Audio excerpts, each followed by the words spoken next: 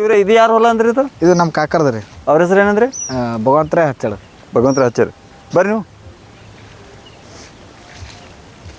ಇದು ನೀವು ಮನಸ್ಸಲ್ಲಿ ಹಾಕಿದ ಹೊಲಕ್ಕೆ ಈ ಹೊಲಕ್ಕೆ ಎಷ್ಟು ದಿನ ವ್ಯತ್ಯಾಸ ಅದ ರೀ? ಇದು ಇಂದ್ರಗಡೆ ರೀ.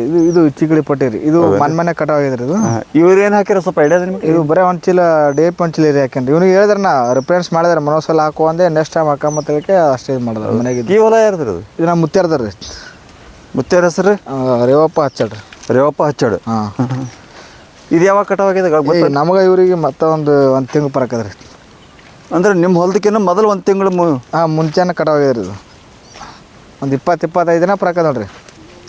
ನೀವು ನಿಮ್ಮ ಕಬ್ಬು ಮತ್ತು ನಿಮ್ಗೆ ಹೇಳಲೆಕ್ಕ 2.5 ತಿಂಗಳು ಕಬ್ಬು ಅಂತೀನಿ ರೀ.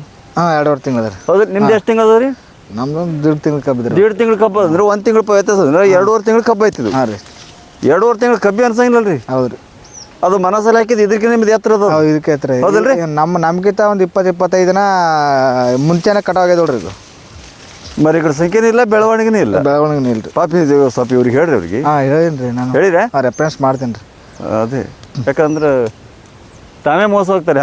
ಈಗ ರಸಗೊಬ್ಬರ ಅಂತೂ ಉಪಯೋಗ ಮಾಡ್ತಾರೆ. ಹೌದೌದು.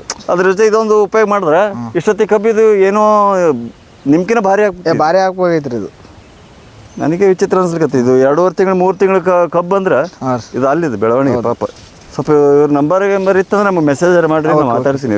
ಡಿಸೆಂಬರ್ನಾಗೆ ಕಟಾವ್ ಆಗ್ಯದ ನೋಡ್ರಿ. ಇದು ಡಿಸೆಂಬರ್ನಾಗ ಕಟಾವ್ ಆಗ್ಯಾರ. 3 ತಿಂಗಳು ಆಯ್ತಲ್ರಿ. ಮತ್ತೆ ಡಿಸೆಂಬರ್ ಬಿಟ್ಟು January February March factory first starting ಕಟಾವ್ ಇದೆ ರೀ ನಮ್ಮೂರಾಗ. ನಿಮ್ದು ಯಾವಾಗ?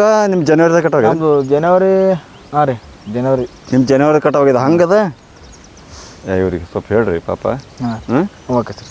ಇವ್ರ ಹೆಸರು ಏನಂದ್ರಿ? ರೇವಪ್ಪ ಹಚ್ಚಾಡ್ರಿ. ರೇವಪ್ಪ ಹಚ್ಚಾಡ. ಬೆಟ್ಟ ಹತ್ತೀನಿ ರೀ ನಮ್ಮವರಿಗೆ.